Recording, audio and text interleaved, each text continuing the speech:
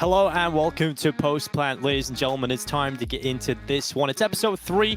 This is the show where we take some extra time to look at some of our favorite moments from the previous events. And this time we're taking a look at Pro League. My name is Dinko. I'm not going to be alone for this one. We'll have Maui and Hawka joining me. Unfortunately, we won't have a Blef for this one. So that is a bit of an unfortunate circumstance. We have got Hawka and Maui here joining us. We have actually partnered with Skybox. They've come in as a partner, and so we'll be breaking everything down. All of the action we've broken down and made possible by our partners over at Skybox. So thanks to them.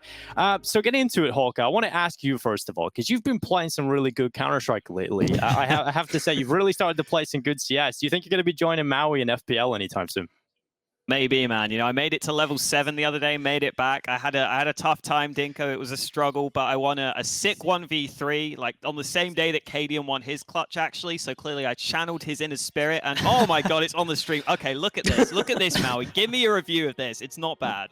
Okay, first kill, nice, isolated. Now you have to retrieve the bomb. All right, there's still a lot of work to be done here, but you're making your presence known, right-clicking your knife, you know, just telling them, taunting them, as a matter of fact, with the sound cues. Now a little jump up. Okay, nice little jiggles here. It's like they're doubling up, actually. I'm interested in how this is going to be playing out. You still have some utility to work with here. I'm interested if you're going to blame F this and, you know, toss that perfect dunk nade onto one of them. Maybe a little bit of an alley-oop. Oh, okay, great crosser. Oh, okay, all right. I haven't seen this before. This is all news to me, and I'm proud of you, Hawka. That was nice. That was clean. Double overtime, by the way. Double overtime. The pressure was no on. fear. Absolutely no fear. What a gamer. You know what it is, Alex? You know, you've got your new monitor. You've kind of finally upgraded from 60 hertz. You went to 144 a little while ago. Now you've got the 240 hertz. So now you're really upgrading the setup, and then you got another keyboard. So it's just as if, you know, you need some good gear, Alex, and now you're popping up. So that's it. That was it. I'm the looking whole forward time. to it. Dude, if I ever get skins, oh my god, everyone's screwed. Dude, if I get skins, man. Yeah, you're still rocking those default skins, even on your deagles, the knife. He hasn't got anything. But we will be getting into the action now, ladies and gentlemen. We have seen our most top-level clip of the evening already, so it's all downhill from here. But we're going to jump in and just kind of have a quick discussion about some of the storylines, some of the teams that we're playing here at Pro League. I think overall, a very big tournament, so we're only going to be focusing on the playoffs here. We have done a few group videos, which will be released alongside this show, so over on my YouTube channel. But when we take a look at the groups, obviously there was a big group stage with lots of teams playing. I'm going to focus in on NIP because we're not really going to talk about them much in the playoffs here, so I wanted to kind of get your thoughts on this team. They seem to be playing at a pretty good level, but the thing for me is they seem to maybe just be at the peak with this roster at the moment. Do we expect them to get much better, or do we expect this level to kind of maintain and them stay at this sort of level? Is this their peak, Maui? That's a tough ask. I feel like they have room to grow because right now the new addition in ZTR is just such a weak link for them individually that I can only hope that he was going to get better. And this is something that I did call it. I said that ZTR, I didn't understand what NIP saw in him, but as he gains individual ability, skill, I feel like as he gains comfort in certain positions, because I noticed that when he's in his normal spots, when he's playing pit, when he's playing just any spot that he really likes, I feel like he does a great job. But as soon as he's just kind of out of his comfort zone, he looks pretty inexperienced. So I assume that as he gains that type of experience, he'll just become a stronger and stronger piece for them. So perhaps they can improve. But right now, I feel like a lot of their success really hinges on, I'd say, Plopsky and Hampus finding opening picks with those rifles. And I'm not sure if that's actually sustainable. Hawka, you know, do you agree with that? Do you have anything to add on NIP? Yeah, the weird thing for me with NIP is when I look at pretty much any other top team, I feel like they have one really reliable star player. And I don't know, NIP just seemed like a team where it's like a different player showing up every tournament, a different player showing up every game. I've seen tournaments where Nork has done really well with his passive style of AWPing. I've seen tournaments where Plopsky has some great games. It just feels like the consistency for every player is off, though. And I get it for some of the players, but you would think Nork, with his like pretty safe style of AWPing, should be able to pretty consistently do well. So I kind of get confused by this NIP team because I think they do have quite a lot of skill on the roster. It just never all seems to show up at the same time. And I really don't know why. I can't explain that to you. But if they can figure that out, I think they should be set to do pretty well in the future. Yeah, I'm looking forward to seeing NIP to see if they can keep this level up. I think what you guys have pointed out is very important to see if ZTR can really step up. Obviously, there's a big learning curve from going from young ninjas, hasn't even really had time near the top. So you've come in from young ninjas into a very competitive online era. It's going to be very difficult for him to step up to that level, especially because they're giving him so much responsibility, right? When we look forward into this matchup, another team I wanted to talk about from the group stages was Fnatic. Not for a good reason, for a very bad reason. They're just completely drop it off completely. So Fnatic came into this one just looking very, very bad. And I don't know, obviously, we can't watch every single match. It's impossible as a human being to watch this. And Fnatic games were generally not going so well for them. I do want to sort of focus in on one performance, and it was from Device against Fnatic. He dropped down his one of his best performances of his career, 40 kills in one map. The rest of his team really didn't have to do anything. Did you guys get to catch this matchup? I saw some of it. Yeah, I saw that Launders actually uploaded something on this. This is on Train, if I'm not mistaken, right? Yeah, Or... correct. Yeah. It was on Train. It was a huge performance out of Device. I mean, the rest of his team really didn't even need to step up, Maui. I mean, we've seen like 15 kills. The rest of his teammates in below him. Device is one map, not even that close. 16-10, dropping 40 kills. I mean, Hawka, coming out of the group stage, when you look at that as their last match, I was really thinking, okay, if Device is playing like this heading into the playoffs, I was expecting him to do way more, but it seems like he really is the one player that consistently near the top at the minute. And I think obviously Device is the most reliable player for them. So do you feel it's mainly the Fnatic weaknesses that he was able to do this, or do you think Device is on this form right now? Maybe a bit of both. It definitely feels like Device is still on great form. I also, just looking at the stats for that specific map, Jacquinho didn't have a great time, and from what I've seen, he's been doing a lot of the AWPing now, so maybe that plays into it somewhat. Maybe it allows him to have that free reign over on the Astralis side.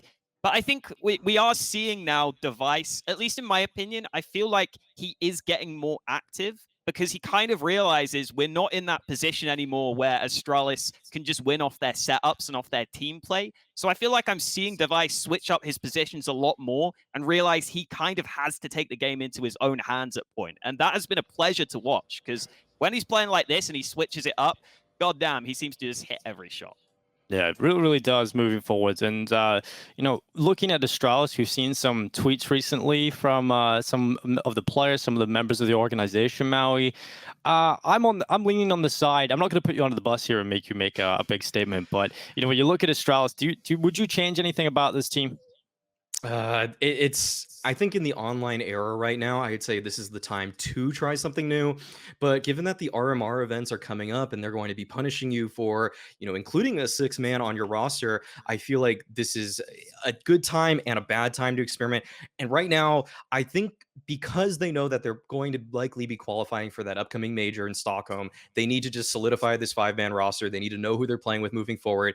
They need to just find what their weak points are and see, are these weaknesses that will translate to a LAN environment, or are these things we need to patch up immediately? And I hope that they try to make a couple proactive kind of moves with their structure here and there, because right now I'm not really loving the way that I think Glaive he's kind of taking a page from other people's books, whereas Astralis seems like the team that's usually going to be the one to innovate. I feel like I'm seeing Glaive trying to be that YEKINDAR rifler. He's trying to be the aggressive rifler at times.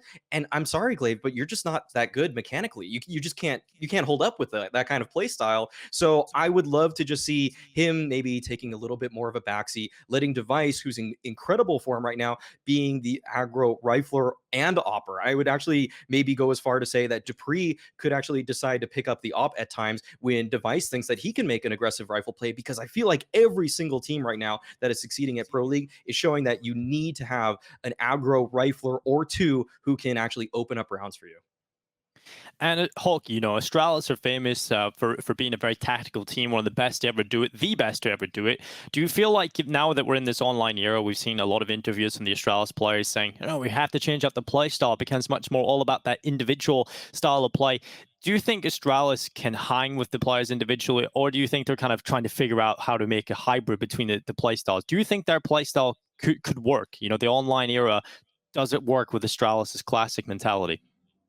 I mean, it doesn't seem to be working right now, let's be real. I think that the weird thing about Astralis for me is I just don't seem to think, like Maui was saying, I don't seem to think that they are the ones like ahead of the meta right now. If anything, I feel like they're the ones that are struggling to adapt at times. Like I've watched some games, they had a Vertigo game. I think it was against Furia. I don't quite remember, but they just tried to fight for A ramp every round, even though they were losing it pretty much every round. And they just didn't seem to have that backup plan of maybe playing retake or maybe playing slightly differently. And the other one for me is their B site hold on overpass.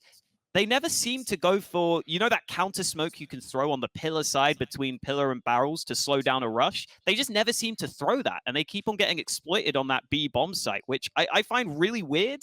It just seems to me like Astralis aren't ahead of the curve with the utility right now. They're the ones that are trying to catch up to what other teams are doing. Like Maui was saying, I just don't think they have got that full motivation there. It's a weird spot for Astralis right now, but I think the problem is I can't say that their style won't work online because I just don't think they're playing their style to their best right now.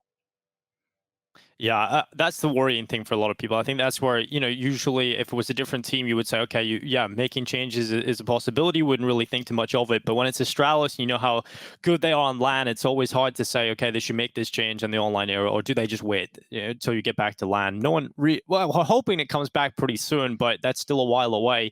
And if Astralis' results keep on slipping, it's definitely a tough one, a tough choice to be making for the organization. But that's it for the intro. We're going to jump into the breakdown segment. Usually we'd take a break here, but I think we're going to just jump right into things. And when we're looking at the playoffs, this is really what this show is all about. We're going to be taking a look at the matches from the playoffs. We're going to only select a few of the games that we thought were interesting. And we're going to start, first of all, with playoff round one, taking a look at Liquid versus G2. Now, when we were looking at this matchup, I think coming into this, I predicted Liquid to be able to win this. I think a lot of people would have been on the same boat, but with G2 kind of making the role change of bringing Nico in as the AWPer and bringing Jax back into the team and Kenny S out, I think, you know, G2 were a bit more of an unknown quantity. Were you guys surprised with the result, first of all, Maui?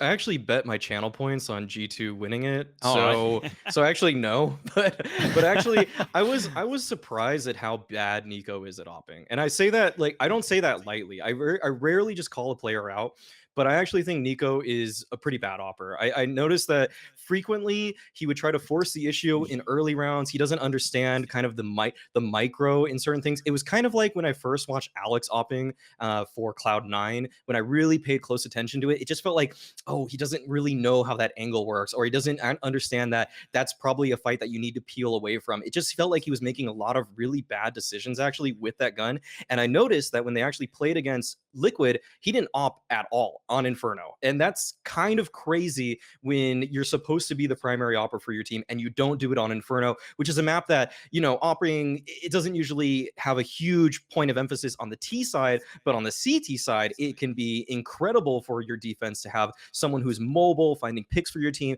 makes those defenses a lot easier. So Nico is one player that, even though they were able to beat Liquid, I really need him to just get off the op. I actually just don't want to see it anymore, personally. So, Hawka, you know, Maui's very passionate about this one. I think going forward, do you see this as a long-term thing for G2, or do you think they've got to make a change and Jax will be back on the chopping block? Ooh, that's tough to say. It does feel like Jax and Amanek on the team might be hard to make work. I mean, Amanek has probably been playing a bit better lately, so maybe we will just see an uptick in his form. I've got to say, though, for this G2 versus Liquid series, like, when do you ever see a Liege bottom fragging a best of 3 for Liquid? Like, that's crazy, right? This is, I think, probably one of the worst series that Liege has had in a while. And that's not even a massive indictment on Liege, because it's not like he had an awful series. It was just a bad series. And he's so consistently good that normally you don't expect to see that. And yet still, both of G2's map wins were very close. So I think if Liege is playing his average level, they probably just win this best of 3, in my opinion. Yeah, especially with the form Liege was on. I think he was just incredible. I don't know if you got to see it, Maui, but he uploaded a YouTube video of his sort of POV for some of the matches he was playing. And he is just looking incredible. He does all the easy stuff. It looks easy. He makes it look so good and make it look so easy, but it's just not. And he's so consistent at doing that he just gets these 3Ks, 4Ks in the rounds. But people just cannot convert these kind of kills. It just break it down for the viewer at home, just like how difficult it is to be this consistent. It's just, I mean, it's incredible, especially with rifling and in the online period on top of that. It just always feels like when I watch Elige's point of view that he can just understand these micro tells that the opposing team gives him. If he sees this one nade fly over, he knows the exact position of that player. He can pre-aim it. And sometimes he'll even guess the setup that the opposing team is using because of that nade being thrown. It's just so sick to watch him because when we watch it with X-Ray, we think, oh, okay, yeah, sure, that's fine. But then you actually are that player. You turn the X-ray off. You're that player in the server, and you realize, why did Elige pre-aim there when he probably should have thought that there was a player in this other position? It's his game sense is unreal. Yeah, and Hawka, you've obviously watched the video, but when you take a look at the Liquid team, Fallen's the in-game leader, but when you listen to the comms, even in the mid-rounds, Elige is doing so much calling, right? He's telling his teammates to do this for him, watch this, hold this, do this. He's just telling them exactly what they need to do. It seems like Elige has just a brilliant understanding of the game, and he's actually just a very solid player when it comes to leading his teammates to set him up. Yeah, that's obviously the other point, which is great about Elige. I was going to say, his comms in that video, I don't know if he's cherry-picking all the rounds where he has great comms, but even if he is, there's still some great comms, damn it. He was doing such a good job in that video at helping his teammates out in a big way. And the other thing that is impressive about Elige is it's not like he is always that man set up for the clutch or anything. He is oftentimes playing pretty aggressive alongside Stewie. You know, he's in that entry pack, so he can have a lot of impact in that way too. So Elige definitely very consistent across the board, but he has one-off series and unfortunately kind of cost them here. Yeah, let's get into it though, Maui. You know, we're going to take a look at a couple of specific rounds in this Liquid game, and man, they were just some of the decisions that I just don't get. And you're going to break it down for us. It's going to be a late round call from Liquid in round 29 on Inferno, and then how it led to their performance in round 30. Yeah, so I think this is the round that everybody was looking at for Liquid to win 14-14. They were starting to mount the comeback. I think G2 were up 14-12. And I'll slow this one down at some times here as we can break down some of these situations. But you can see that with 50 seconds left on the clock, that Liquid, they don't have any really great map control towards bracket. I mean, they're kind of right there pressuring the issue.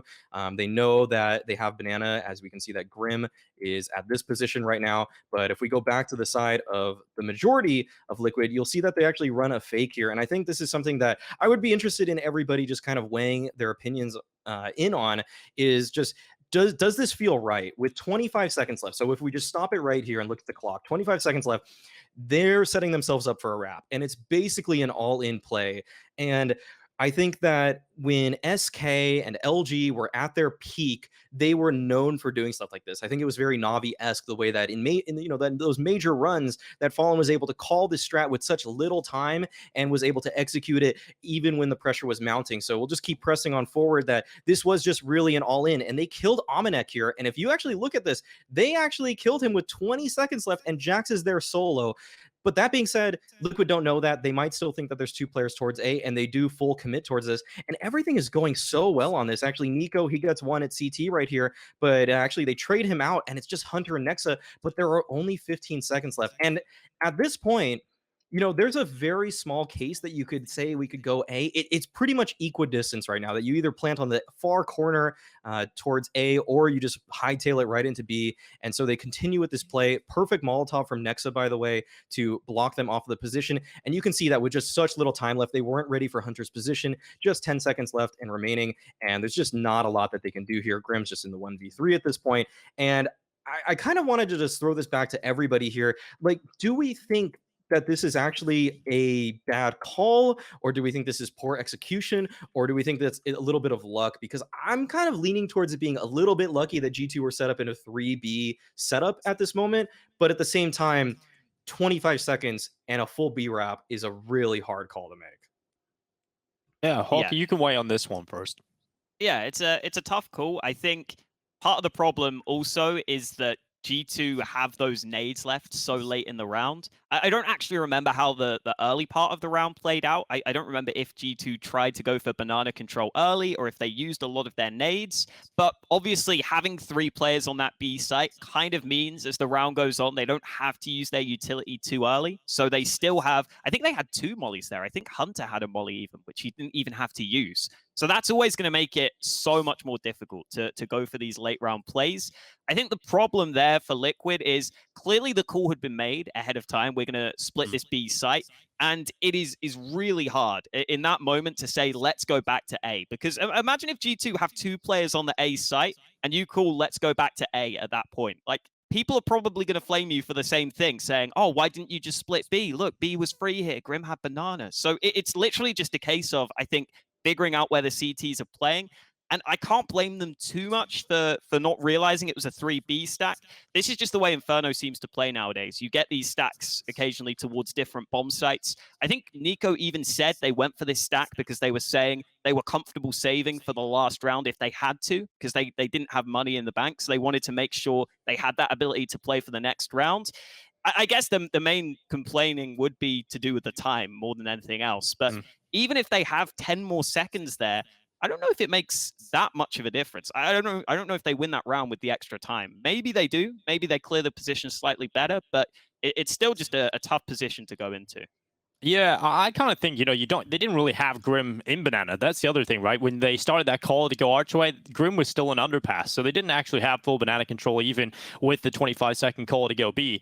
When you get that A play, most of your team are already on A. You can get Grim to run up middle. He's another prong to the approach to the A site. Even if it is 2 players still on the A site, you've still got 5 players relatively close, 4 who were actually still near the A site. So you have more time to check corners on A. You have more time to check out these positions. But once the call's made to go B, like as soon as you go there, you've got to just hope that you can get that CT kill first of all. They do tread out Nico, but just the limited time and the fact they don't really have that crunch from Banana either, so they can't really split the CT position and clear it together. So you're all coming in from CT spawn. So I think just the fact that there's such little time to make that call, I think it's kind of a mixture of G2 getting lucky and having 3 players the right call over on B, but also I think it's a pretty bad call with the time left to go into the B site when you know that you have to clear so many positions. Okay, you get the CT player, you are expecting just one to be left inside of the site, but you've still got that A kill and most of your teammates are still on the A side of the map. So I think it's just a very strange call, and obviously the way it works out for G2 makes it look even worse for Liquid.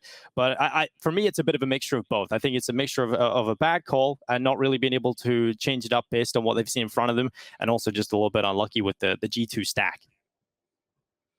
And I think, Maui, is there anything you would have done differently if you were fallen right there? You're the big brain, Maui, here on the broadcast. Would you personally, if you were in that situation, what would you have done? Would you have, if you put yourself in the shoes of fallen, would you have made the call to go B, or would you have gone A?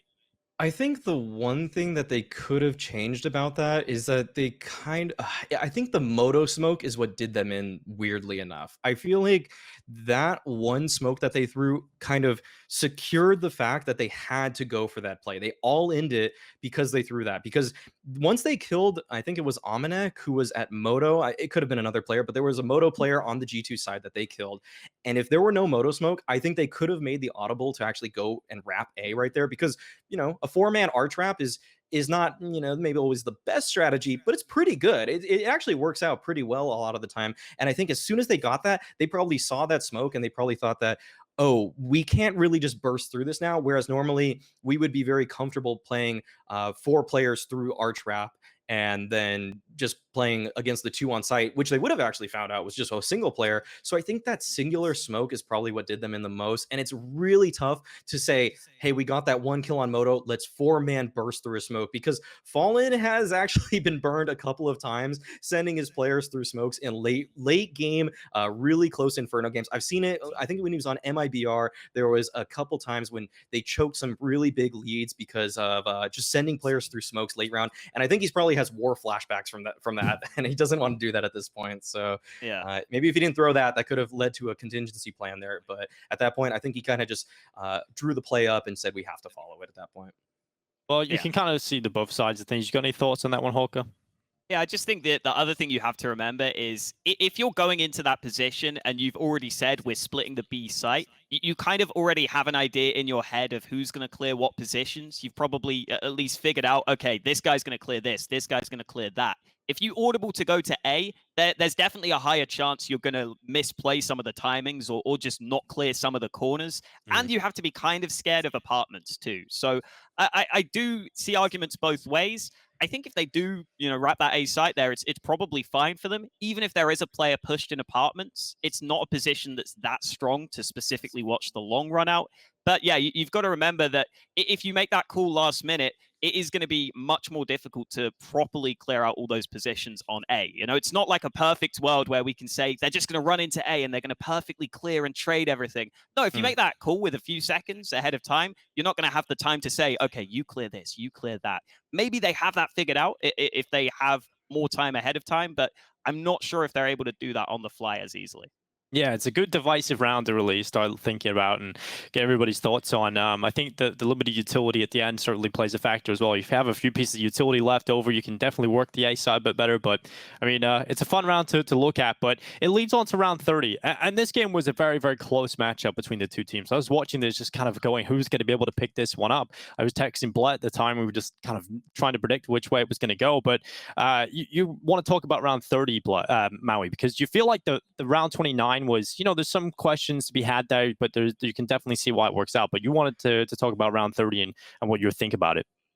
Yeah, I think people, as the game was going on live, were really kind of backseat gaming round 29. And I feel like the fact that we had just such a lengthy discussion on what was the proper play there, was that okay, kind of just shows that, maybe it was a decent call. It was obviously not the right call. It didn't work out, but it was good enough that you can kind of live with that. But round 30 is where I just feel like Liquid completely fell apart. And I want to show that now on Skybox that you should be able to brush off a round such as 29 and put something together here. So with a minute left here, Liquid with the slow default just finally are getting bracket control. And look at the utility on the right side of the screen here, just briefly. There's not too much to work with, right? So you want to take bracket with the utility that you're throwing here. But what Liquid actually do is they kind of wait out this smoke here. They are actually not taking bracket completely, and they just kind of hang out for a very long time. And what you're going to see is they actually wait this whole duration of the smoke out, and there's so much hesitation here that the smoke is actually gone at this point. And now what we're going to see is a weird kind of late round bracket pop by by the Liquid members. And this is where I felt like I just didn't know. I couldn't follow the thought process at this point of what Liquid were doing. So I wanted to highlight this one because I think 29, I'll give them a pass for this one, but this one felt kind of inexcusable from my end, where it was just Grim jumping out by himself, then Elite jumping out by himself. They throw a Molotov late that doesn't even reach Hunter. And you can see that this is just the culmination of the Liquid kind of pressure surmounting, and they can't really hold their nerve at this point. And sure, Naf is able to kill Hunter at that point, but they're so late, they're so telegraphed at this point that Jax and Amanek are just in a perfect crossfire. And this is really what does Liquid in at the very end of things. And Naf, I mean, he tries to fight it out, but with no time, the rotations already should be coming in from G2 at this point, and they're a little late. I'm a little surprised at how long it took them here, but Naf, he just doesn't have any time. He's surrounded at this point. And at this point, we can really just shut this one off at this point. Basically, I just wanted to show that 30th round was where I really felt like Liquid collapsed. 29, maybe it's so, but 30 was just, that looked bad. That looked really, really questionable. And I am surprised that an IGL of Fallen's caliber and with the experienced players, the tenure, the pedigrees of all the Liquid members, that they went for something that looked that disjointed, because that's where I really lost faith as soon as I saw Grim jump out like that. Yeah, I almost wonder it. You say that's the round that ends it. It is technically, but do you not feel like round yeah, literally, but do you not feel like maybe round 29 was so bad for them that they just kind of, your focus can be dropped a little bit there, Hawka? Can you maybe think about that one? You think about how it went so badly for them in round 29. You've got this close, you're still thinking about that round in the back of your head, or do you think they come into this one as just another bad round from them?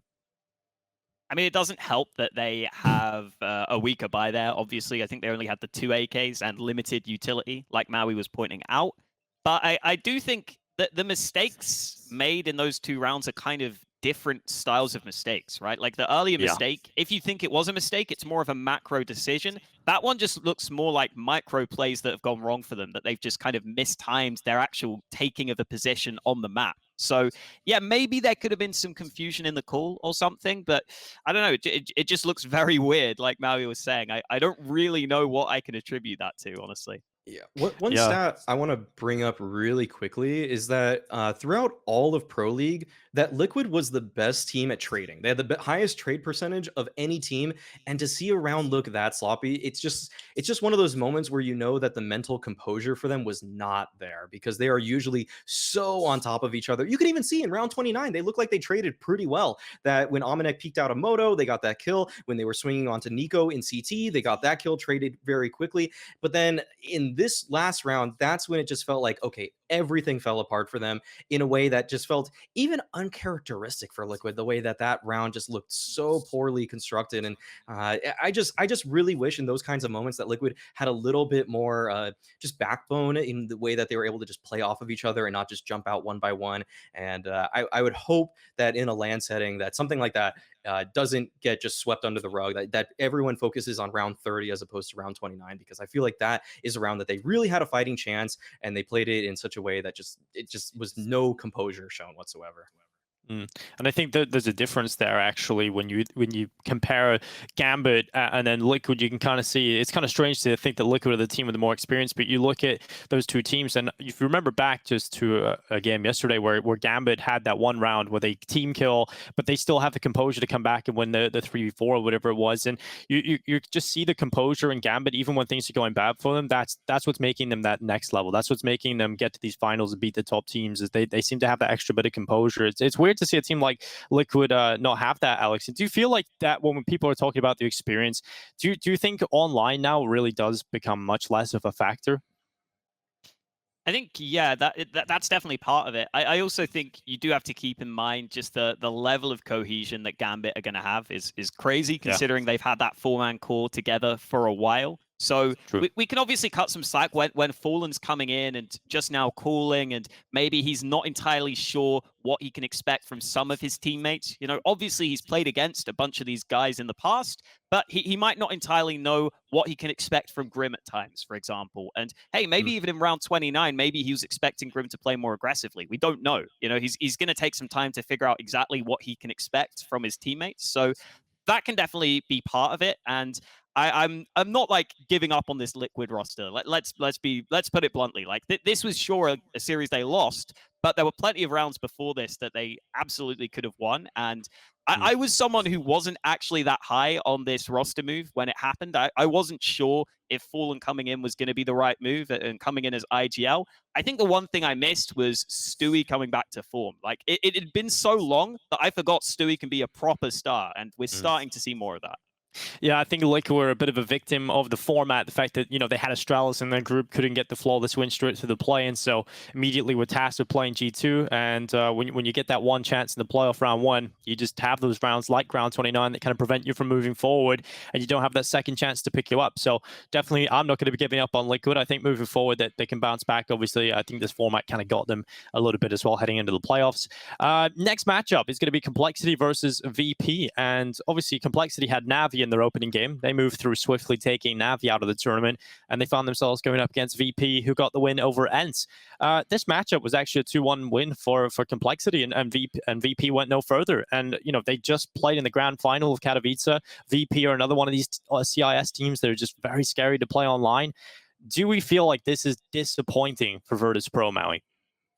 Yeah, I think you can safely say that. I mean, on the positive side, it was a really well played game by Complexity. I'm not going to take anything away from Complexity and say that maybe VP underperformed or anything like that, because I actually think that Complexity played in such a way that it wasn't like VP lost this. It was definitely Complexity took this from them. They earned this in the most true fashion. And I will say that VP, they're still a top 5 team in the world for me, but I think that Complexity is a team that's up and coming right now. They're rising. They're finally finding that form as a unit at this point. And I feel like they're identifying the style that they want to play in such a way that creates a win condition for them. And all of their players now have bought into Blame F's system, so much so that they can take big victories such as this against Virtus Pro. So I got to just kind of take my hat off to Complexity, because I thought this was a really well played series by them. Yeah, it's good to see Complexity actually back and performing well. I think coming into the playoffs, it was, you look at Navi and you definitely realize it's going to be a difficult match for them to get through, but the way they got through was very impressive. I think, obviously taking VP down, I predicted that I thought they could beat Navi, but I think VP was going to be too much for them to handle, but I was very impressed with Complexity's performance. They seem to be getting much better moving forward. But the thing for VP is, Alex, the difference between them and Gambit is it felt like Astralis kind of figured VP out a little bit in this tournament. I'm not going to just specifically talk about this matchup. It's just more of the overarching theory behind VP.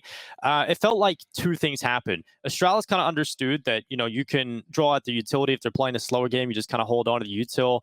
And also YEKINDAR, when he has a bit of a quieter game, it seems like teams like Complexity can then take them down. I think YEKINDAR, when he's stepping up and he's having his big performances, he makes VP elite tier. And without him, they kind of look like a good team, but they don't have that extra spice to them. Yeah, they kind of miss out on that 1-2 punch, right? I think James is normally consistent as the passive AWP, which you would expect. But the thing that works so well about this team that we've talked about so often is that you don't know if it's YEKINDAR coming at you or James holding an angle. So not YEKINDAR's best series. I'm just really interested to see now how YEKINDAR starts to adapt, because I really do think teams are specifically changing the way they play to put out utility that they don't put out against most other teams to stop YEKINDAR from going for his early aggressions. And that is already kind of providing value. Like, if YEKINDAR can force you to use nades early, that can work. But if it takes away his ability to go aggressive, teams seem to be willing to take that trade-off, and it does seem to be starting to shut him down somewhat. So I'm just really intrigued to see whether YEKINDAR starts kind of going back to his theory crafting, and maybe now if teams start to use nades early against him, he has other plays that he can think up, right? It can be this constant back and forth, because we know fully well that YEKINDAR has been coming up with a lot of these plays already. Yeah, it's a nice little puzzle for him to figure out when he's moved up a difficulty level, right? He's got to figure out how to adapt. And I think that's what really will make him that elite top tier player, that constantly adapting to what's being thrown at him. But Maui, you have a round you want to break down here for VP versus Complexity, round 22 on Inferno. It's an A set piece for VP. It's for complexity. For complexity, yes. But yeah, this is a round in which we got to see just how well drilled, I would say, Complexity were, that when they took space away from VP, because they were actually winning the banana fight. Poison actually was finding multi-frags towards there. His rifle work was surprisingly strong. It actually showed that Complexity were able to use that sort of conditioning and go for a really quick set piece here towards this A site. There's really just so little that Kicker can do, and this is just one of several times that Complexity won something very similar to this, where the flashes, the Molotovs are in. Kicker even does a great job staying alive, finding a single kill, by just wasting some of the time of Complexity, but Complexity were just so quick on the trigger. And this round, as a standalone, looks great. Complexity were able to win this, but really the big takeaway from this here is that actually Blame F, in my opinion, just called a really great game on the T side here of Inferno. They won 10 rounds against VP, and the reason they were able to do so is because of the conditioning in terms of the way that they were able to win Banana, and then Blame F knowing the type of responses that Complexity or that VP are going to be going for, probably the 3B stack, was able to call these fast A plays, and this combination of just heavy pressure towards B with the rifle work from players like Poison, who are having really strong performances here, and the fact that they had these set pieces to rely on was just a really great blend and it actually helped secure Complexity the victory on VP's map pick of Inferno and the series on top of that. So I do want to talk a little bit about Complexity and really focus in on them. They had a very good run, I think, here. I think they could have got further. Once you get over VP, I thought Complexity were in the clear. They had NIP up next, and I thought Complexity, if you can beat Navi, if you can beat Virtus Pro, surely you can beat NIP, but they didn't get that win, Hawka. So, where does the logic lie on that one? NIP had a pretty good tournament, to be fair to them. Like, they exceeded most people's expectations, I think. Yeah, I don't know. Complexity, I think, in general, are going to have some inconsistencies. I do just feel like their style is somewhat loose at times. But I think that means that, as Maui was pointing out, when Blame F has got a good read, because you have sometimes a looser play style, you can kind of punish teams more because of that. And also, I've got to say, it's a really big deal that Maui was saying in this game, they were winning that banana battle against YEKINDAR, who had just been taking it against pretty much every team. Because that round could go differently if YEKINDAR actually has the banana control. Maybe he does get a faster flank. Maybe there's a faster rotation, because oftentimes what VP like to do is quickly take banana and then very quickly have a rotator back to A who might have arrived in time to do something. So I think just taking that away from VP was definitely a big deal in this game.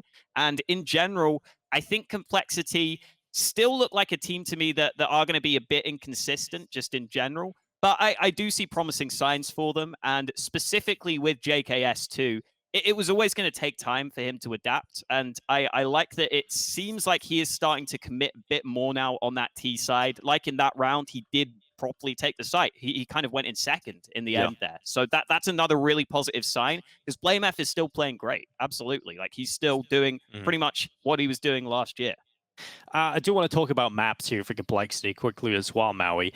When it comes to this tournament, they play Mirage as their pick. We obviously know this is the comfort ground for Complexity. I've kind of had your thoughts on Mirage in the group video we did. But, you know, when you look at their map pool, we see them perform well here in Inferno, not against NIP, but in general, they look pretty decent on this map. Mirage is a map they've gone for. They picked it quite a few times throughout the group stages, and then they ended up going ahead and losing it to some teams they shouldn't be. It seemed like a little too inconsistent for me to be their map pick. I tweeted out saying, you know, it seems like too inconsistent to be a perma pick.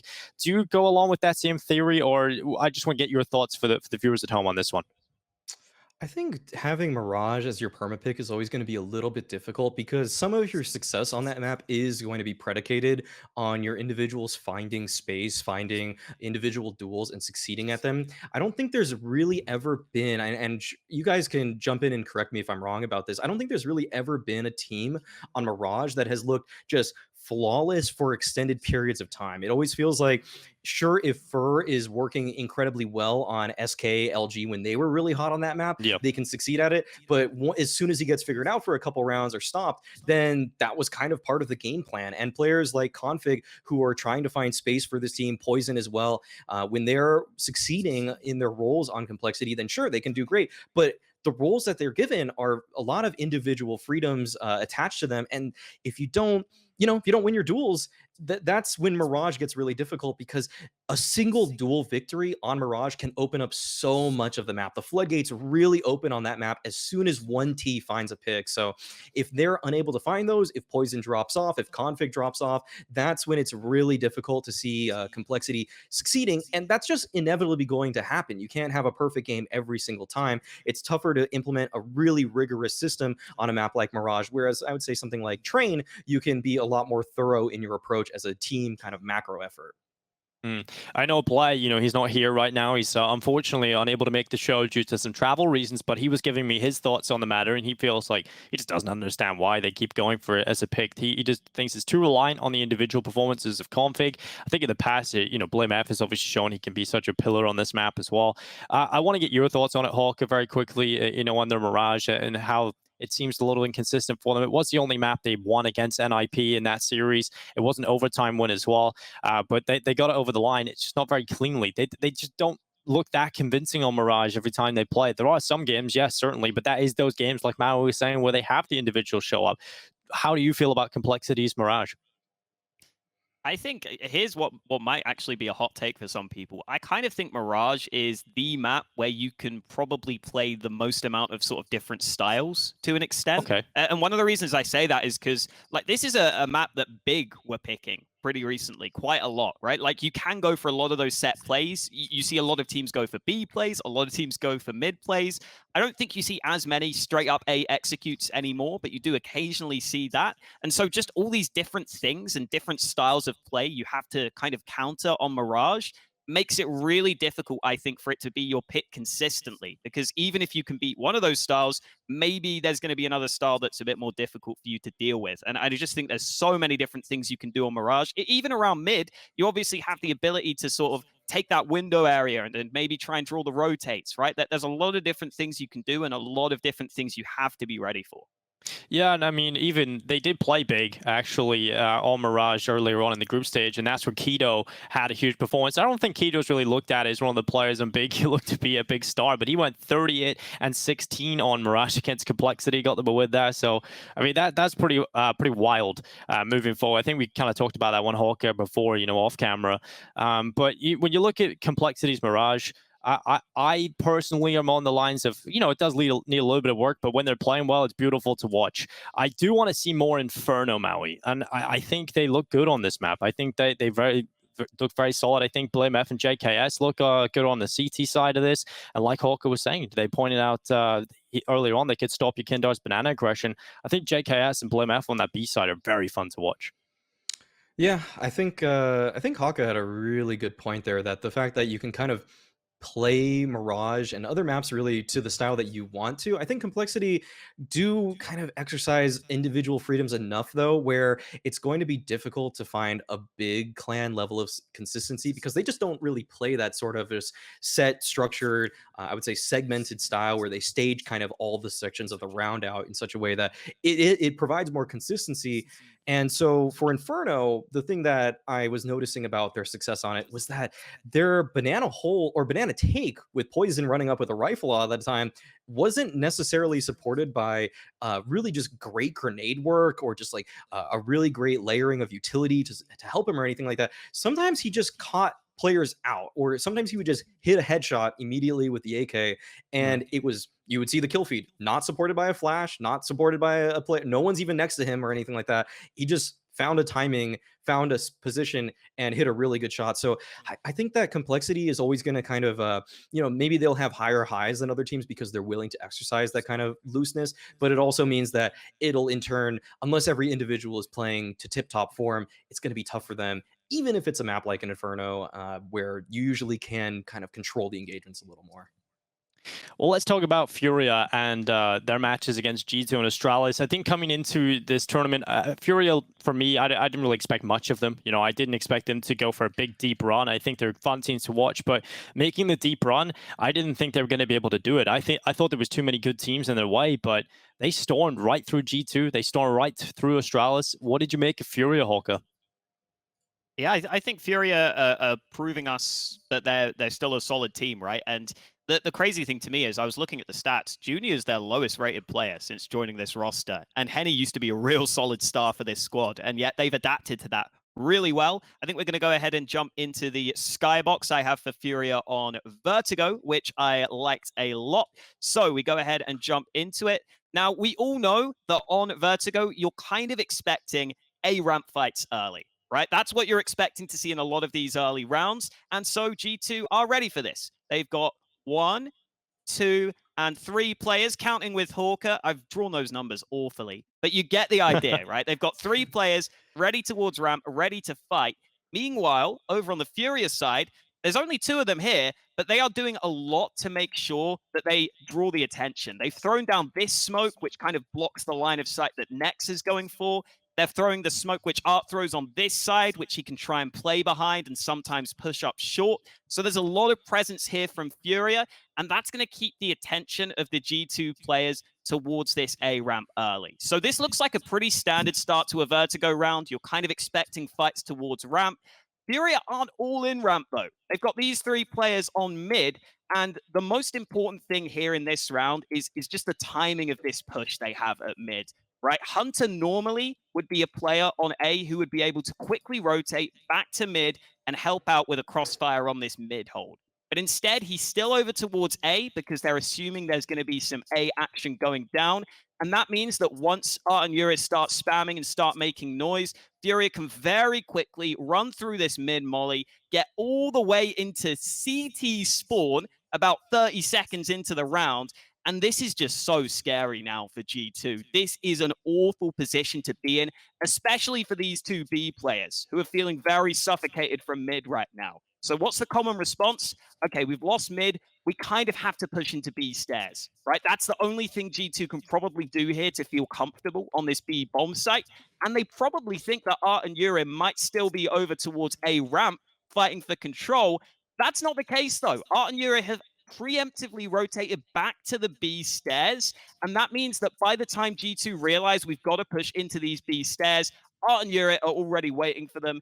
These trades go against them, and Furia get a free B site, a rotation cut off, and at this point, the round is over. There's not much G2 can do. Keserato's still getting kills in CT spawn, and that's just a brilliant round from Furia, because I think they did a fantastic job at faking that A ramp play that teams are always scared of on Vertigo, and using a small timing window to split B very quickly. And for that to be the first gun round of the T side, that's definitely throwing G2 for a loop early in that game.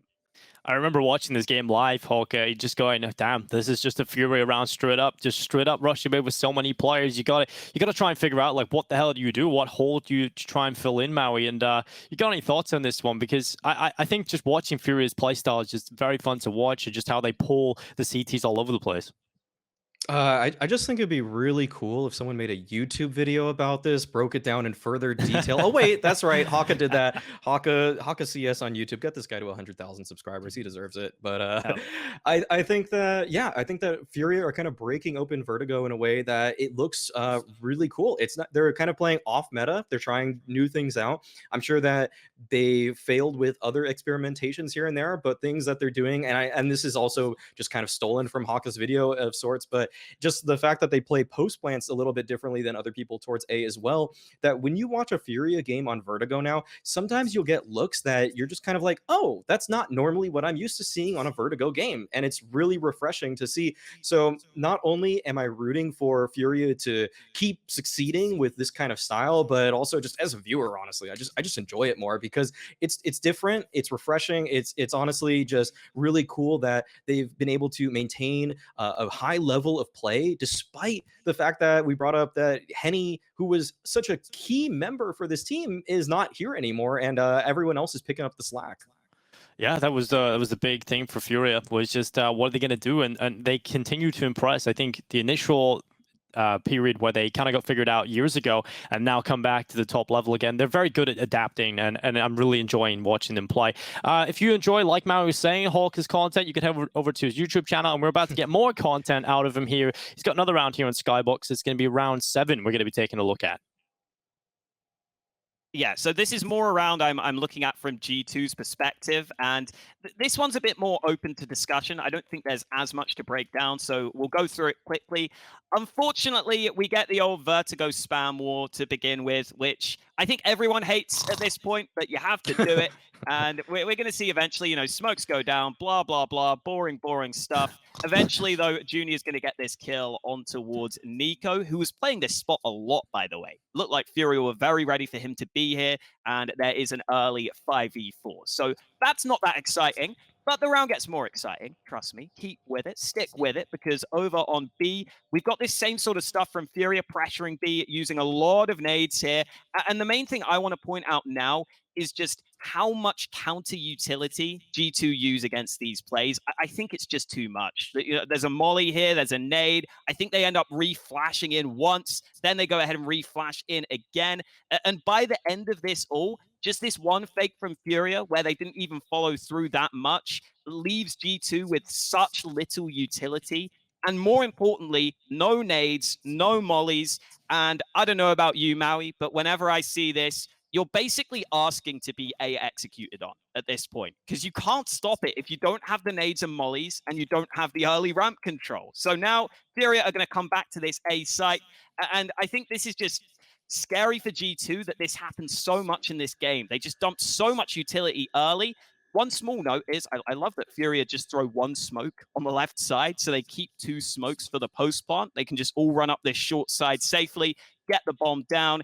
And I guess I want to look at this more from G2's perspective, because as this round plays out, this is obviously a very strong position for Furia with limited utility for G2 on the retake.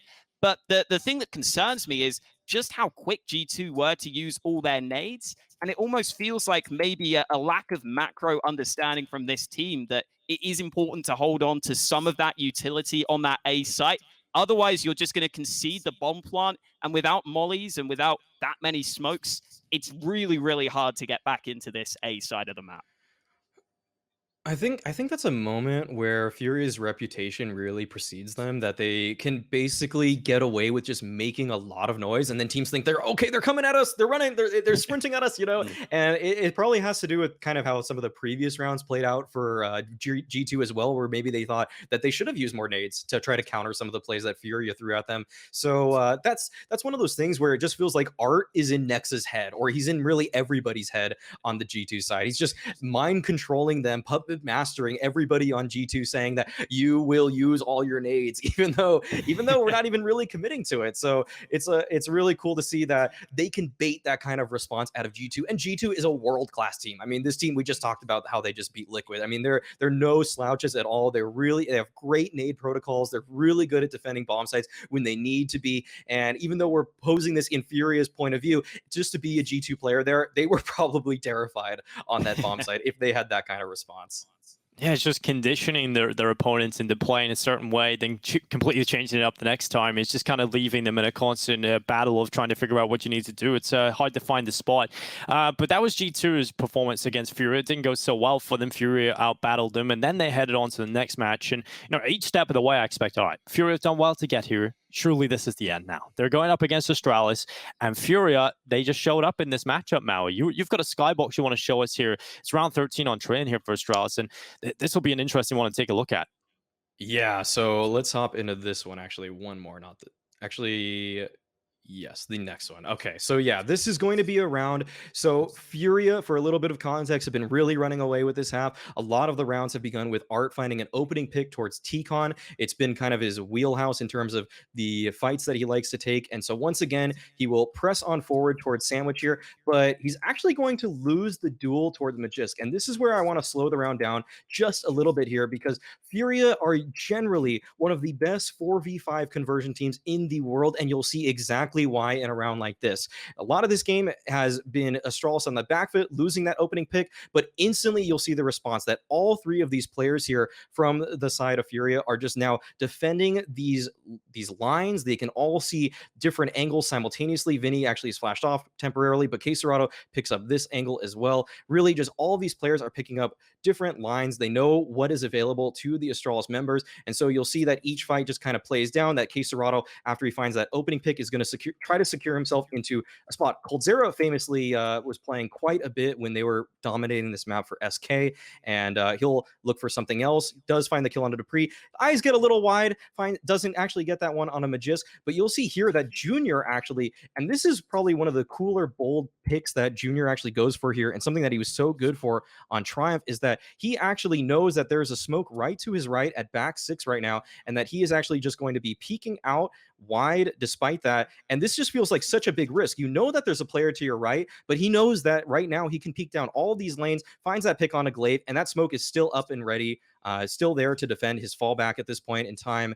And let me see if I can actually jump out of his point of view briefly, and we will just see that at this point now, Furia, they've recovered the situation just based off of everybody immediately covering the angles that they need to there. And really, it's just kind of, it feels like a simple cleanup for Furia, that Astralis are just sending themselves all down these lanes at once. But really, just wanted to highlight the fact that in those kinds of moments where Furia do lose that man advantage, everybody knows immediately how they're supposed to respond to those kinds of situations. It's a lot of fun to watch, because you know that Art isn't going to win every single duel, but the way that Fury are able to recover despite that with the information that he provides is what makes this team so great and world-class.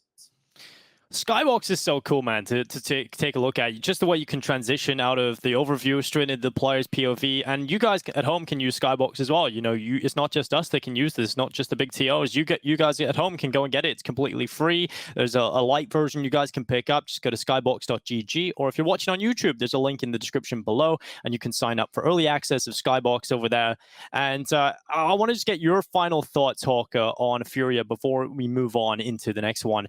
When you look at Furia, they had a very good performance here. It seems like they're getting better at every event, and there is an upward trajectory for this team. It doesn't feel that inconsistent. It feels like they're climbing up, and I'm looking forward to seeing if they can stay there. Yeah, I also think that there has been that upward trajectory for Junior. I think he is starting to play better and better now, and it was always going to take him a bit of time to adapt to a new team. So if he can start to hit those heights more consistently on the AWP, then it feels like Furia might even have another gear to go to, which is kind of crazy to say because they are already proving they are true contenders. I've got to say as well, for that clip that Maui was showing, that round has to be especially tilting because if I remember that game correctly, I'm pretty sure they were just getting wrecked by Art in a lot of early kills towards the start of that game. So the one time you're like, finally, we killed Art early, guys. We did it. We got this. We got the 5v4. We can just hit this site. Oh, wait, everyone else from Furia's rotated because Art has got them information. That's just so annoying because it's not easy to kill Art in those early scenarios, and yet you still end up running into a bunch of Furia players waiting for you.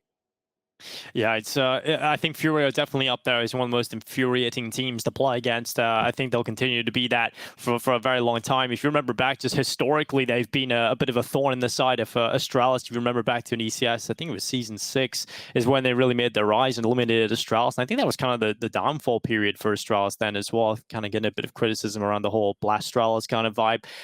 So yeah, it was good to see Furia getting back to their old tricks again, being a thorn in the side of Astralis. But it's time to move into the grand final. Now, this matchup was definitely not one I expected, at least on the Heroic side of things.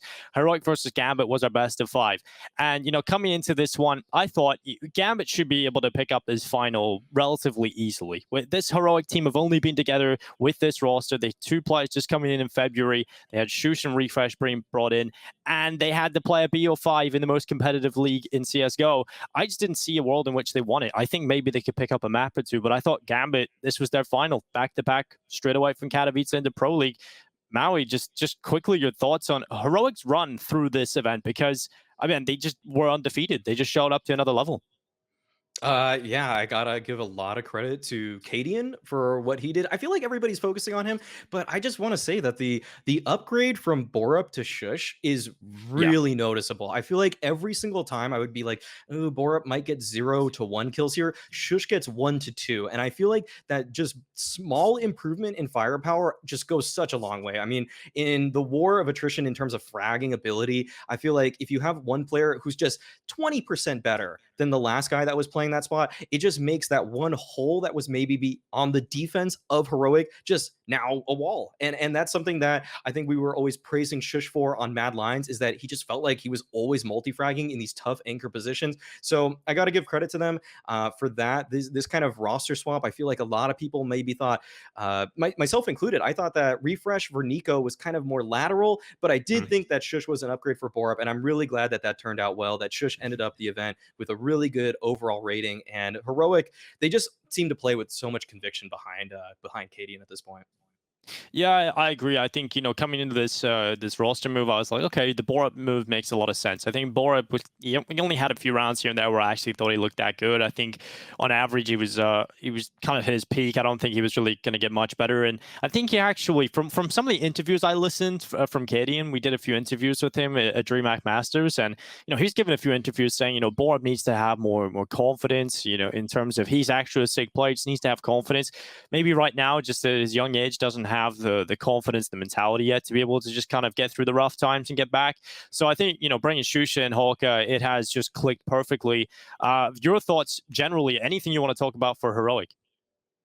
Yeah, I think just quickly picking up on Maui's point, I also agree that for Heroic specifically, I think it might make an even bigger difference having a player like Shush come in and do better than Borup. Because I think they do leave players in those anchor spots more than any other team, probably. With some of the plays I see them run, sometimes they're running crazy stacks on bomb sites and they're leaving Shush solo on his side of the map. So the fact that you get that improvement on what I think is the hard positions and the most important positions in a lot of Heroic setups, with Heroic being a team who probably leave those players solo on sites more than anyone else, that's just a really big upgrade. And Refresh definitely had his moments too. And the exciting thing for me about Refresh is he hasn't really ever come up through the Danish system in the same way as a lot of the other players, right? He came up on that ex-Fragsters team. I can't remember what they used to be called before that. No, I'm not going to get it. But still, he didn't come up with one of those Danish in-game leaders, right? So now you've got Hunden here as the coach. You've got Cadian here. Maybe he could develop even further, because we've kind of all been waiting for Refresh to push on and show us what he's made of. Yeah, I mean, he had a couple of chances here and there, but it was never really, a good chance, a good platform to get a run up, and he just kind of fell off. He got this little short platform with Cloud9, and that wasn't really a long-term project. That they were just bringing it over everybody from Europe. It was a clown fiesta Cloud9 over have there. had so many different rosters, haven't Dude, they? it's unreal. They won the major, and then after that, it just hasn't worked at all. I think who hasn't played for Cloud9 at this point? I'm surprised you haven't got your contract through the door, Maui. It's more imports than a car show over there.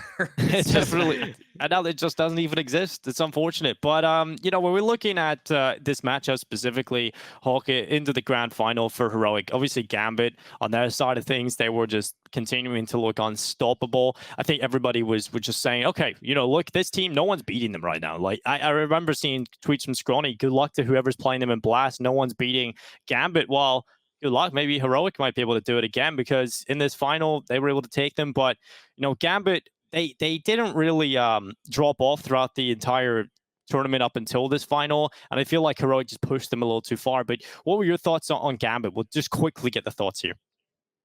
I mean, the final was very close too, right? A couple of close, really close maps in there. So it definitely could have gone differently. I think the obvious player that really stood out was AX1LE this time. Yeah, and now we've had a couple of different tournaments where I feel like Shiro's had his time in the spotlight, Hobbit's had his time, now AX1LE's having his time to show up. So we are seeing pretty good consistency from all the players, and I don't even know what series this was for, because it feels like it could have been most of the series AX1LE was playing. 61 kills, damn. Yeah, that was his performance against Astralis.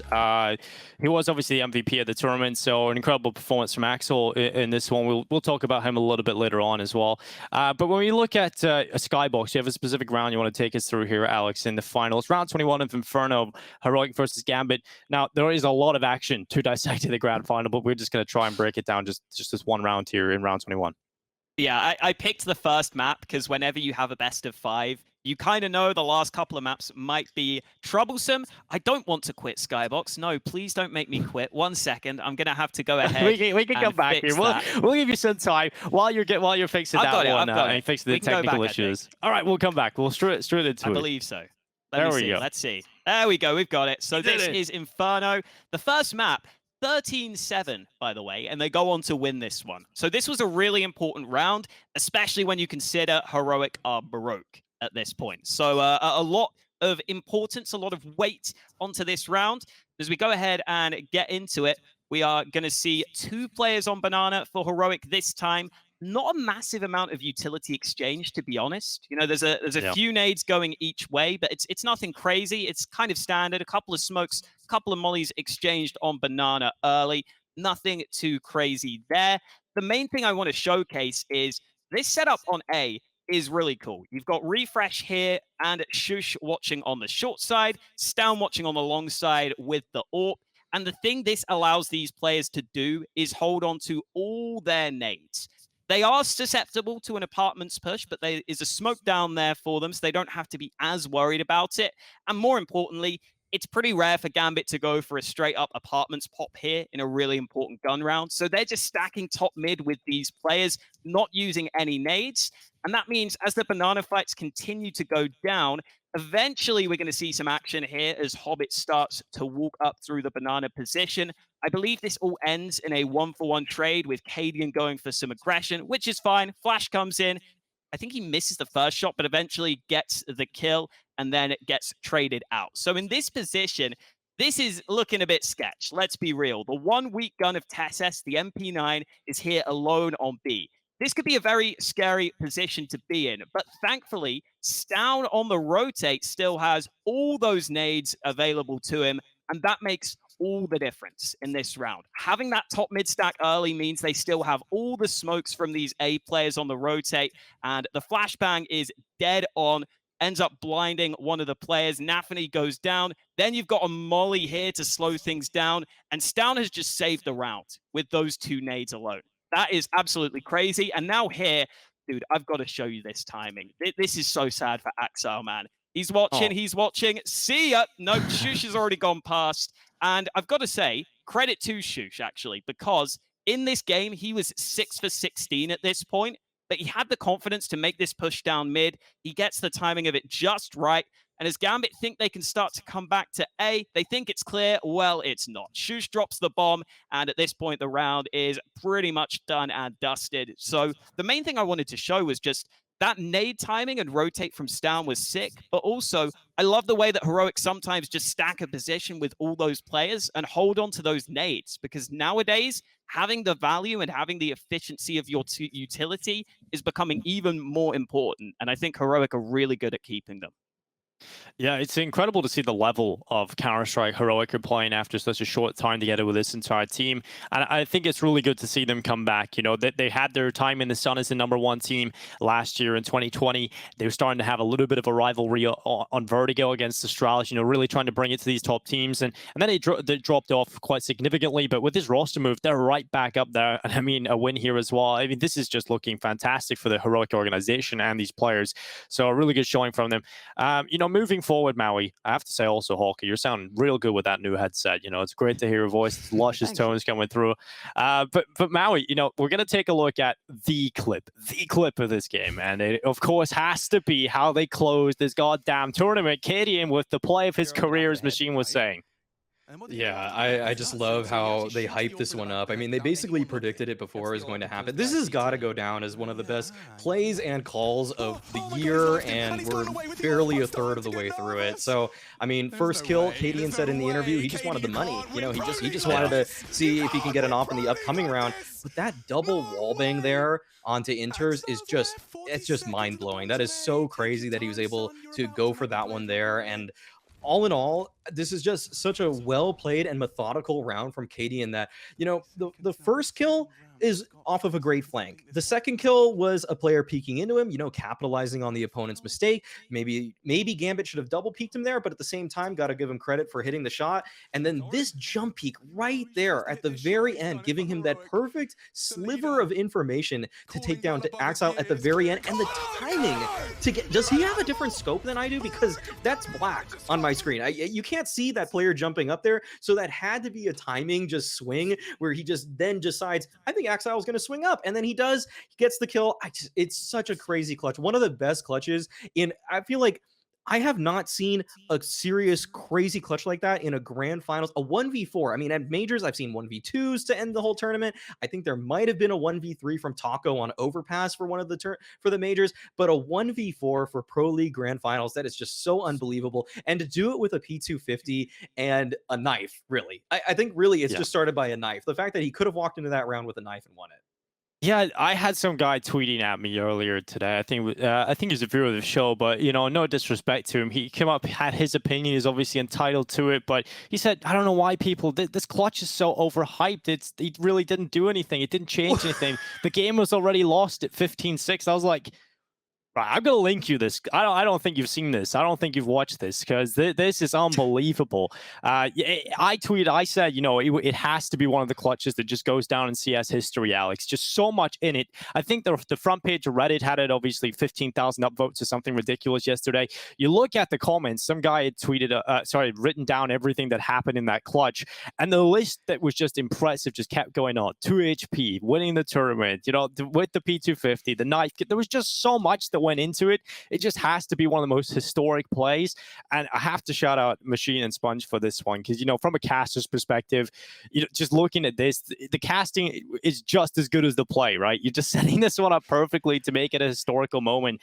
If someone fluffs the casting there, although it's also a sick play, it kind of takes away from its value as a historical moment in Counter-Strike. So shout out to those guys that did the play justice. It's all about doing the players justice in commentary, and they did a great job. But when you look at this play, Hawka, it just has to be one of the most historic top 4 plays in CSGO. Okay, firstly, I've got to say, if you think the game is over at 15-6 or whatever, go back and watch some old school Liquid games, man. They've lost some 15-6s in the past, okay? We've even seen at this tournament, who was it? Was it Ents that were 15-2 up on that Dust 2? I think it was it 15-2 exactly? 15-3, I think. It was something like that, for sure. Yeah. So, yeah, like, you can't say the game is over at that point. And secondly, yeah, just unbelievable play. It's one of those plays where it almost feels like it was destined in a sense. Like everything goes right for him, where he hits both the wall bangs. But man, just a sick round all in all, and a great way to finish this tournament. You know, I don't care that it was 15-6 at the time. That doesn't play any factor in my mind, because the circumstances that he's in are just so hard. And again, we've seen comebacks in the past. Like, you've got to close the game, and there's no guarantee you don't close the game if you don't get that round win. So huge props, huge props. Yeah, I remember seeing on Reddit, there were, I think, Launder, Scrawny, DJ, and Joey, the replay guy over at Blast, were kind of watching this, having a sort of live reaction. And I remember just watching this clip, and Joey's in the background sleeping on the sofa, and it just starts to happen. He's just out of sleep, just immediately looking at the screen. It was just one of those moments that, you know, as Counter-Strike fans, it's just a historical, magical moment. I do want to finish with just like a stupid question, but it's one I'm interested. You know, if there was to be a major, Maui, you know, obviously it'd be worthy of graffiti. What graffiti would you put? It's got to be. I mean, it's got to involve a knife for sure. It's gone. I don't know what else you would put in it for Cadian. Like the double. I think the best parts of it were the knife and the double wall bang. I think the double wall bang itself was probably the craziest part of that, because the knife kill was like, I mean, it was good. He found the flank. I mean, everything about that was great. I like that he did like a triple left click. I think he did. It was like left instead of like, I think usually we'll go for the left right, but either way, all of it, man, it has to be probably like a knife and like going through a wall twice or something like that. I think that would be kind of cool. I don't know. I'm not an artist here. I'm not the one that has to come up with these kind of creative decisions in terms of graphic design. So maybe leave it to someone else. I was going to say maybe something like a knife in one hand and like an AWP in the other. Yeah, like something like that. You've got to have some like very specific reference to the play, because there are a lot of memorable things about that. Yeah, well, I wouldn't put anything, obviously. The game was over at 15-6. Didn't really matter. Anyway, moving on to the MVP, we take a look at AX1LE, obviously coming in as the Gambit player. They didn't win the tournament, but he still played so well in this tournament. He is the MVP. 61 kills. This is his performance against Astralis. You looked at this a little bit earlier. But, I mean, this is one of his best performances. Just an unbelievable stat line from him against the best team of all time in Counter-Strike. Some of those players, it's just unreal for him to be able to play like this. And I think the discussion moving forward for Gambit now will be, everybody was kind of saying Shiro is the star, right? He's the big player.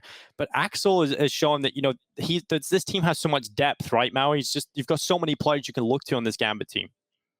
Yeah, AX1LE is a player. I've actually been watching him closer than Shiro, because when I was playing Premier this most recent season, I just happened to play nearly all the spots that AX1LE played. So I got to watch up close what he was doing, and it paid off for me. I mean, I ended up the season with over a 1.0 rating, and I got to thank AX1LE for that. I was just comping a lot of what he was doing, and it was working out. That and actually anti-stratting a little bit. But either way, I think AX1LE, he's kind of defining the meta, I would say, for a lot of his positions on CT's side. He is, I think, one of the huge reasons that Gambit they were the best team on CT side for this entire tournament. They're the only team that broke 60% win rate on that side, with a 64% CT side win rate for ESL Pro League. Second place was 58% with Liquid. Like, they were unstoppable on that defense, and pretty much, I guess, immovable would be the better adjective for that one. But either way, it's just him in some of those just kind of key spots, like a overpass rifler, the kind of A side, pit side player, apartment side player on Inferno. I mean, he plays some pivotal positions. And when you have a rifler that's this skilled, that just has great awareness of how to use his utility and kind of manipulate situations in order to give himself the most favorable duel consistently. And he's actually conditioning his opponents on the CT side a lot of the time with his utility as well. He's just a cerebral player that also balances it with great mechanical skill. It's a lot of fun to watch. Yeah, thoughts on him, Hawka?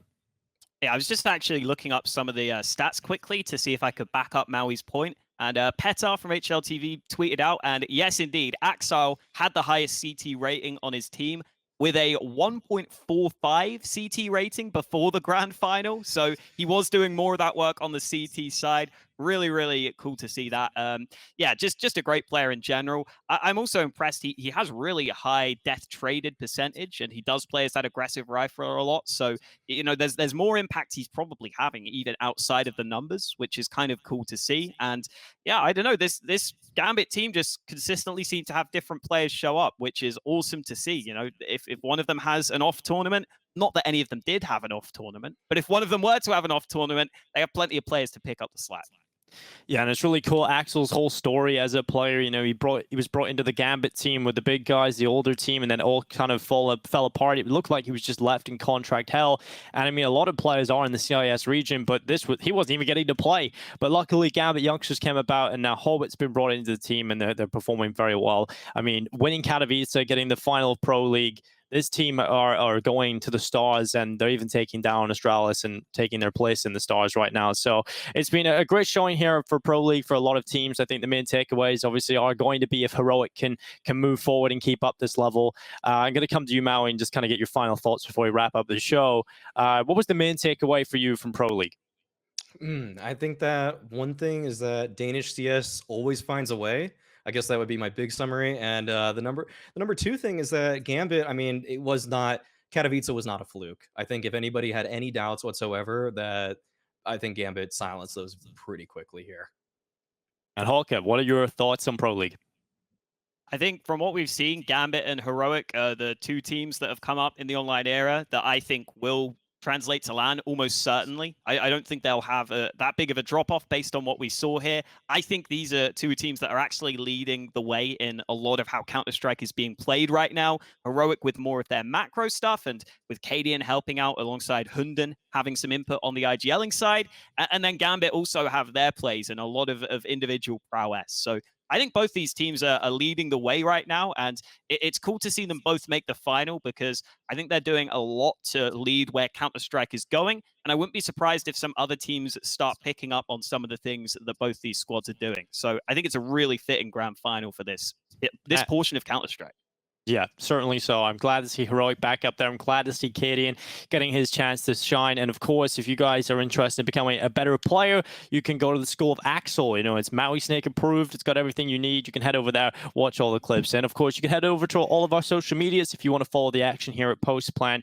You can follow my Twitter, Hawkers, and Maui's alongside their YouTube channels. And my YouTube channel is exactly where this VOD will be uploaded. So if you just tune in now, you missed some of the action, you can head over to youtube.com/Dinko TV and you'll get yourself a VOD tomorrow to watch all of the action. At least for me, nothing to say, but thank you very much to Hawka and Maui for joining us. Hopefully Black can get home and doesn't have to stay out there in Delhi for too long. And of course, thank you to our sponsors, Skybox, for making this show possible. Obviously, we get to look in depth and really get into the nitty gritty of each and every round. Of course, you can sign up with the link below, skybox.gg. Thank you very much for watching. We'll see you guys at the end of another event, and we'll be back with Post Plant episode 4.